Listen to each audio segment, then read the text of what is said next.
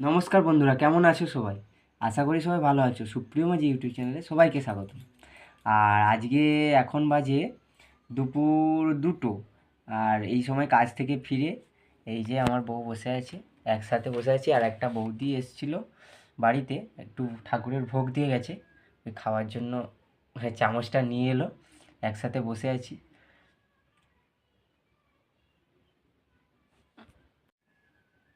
তুমি আগে খাও, তুমি খাও না, দাও আমাকে একটুখানি দাও, একটুখানি দাও। আলুটা খেতে ভালোবাসি।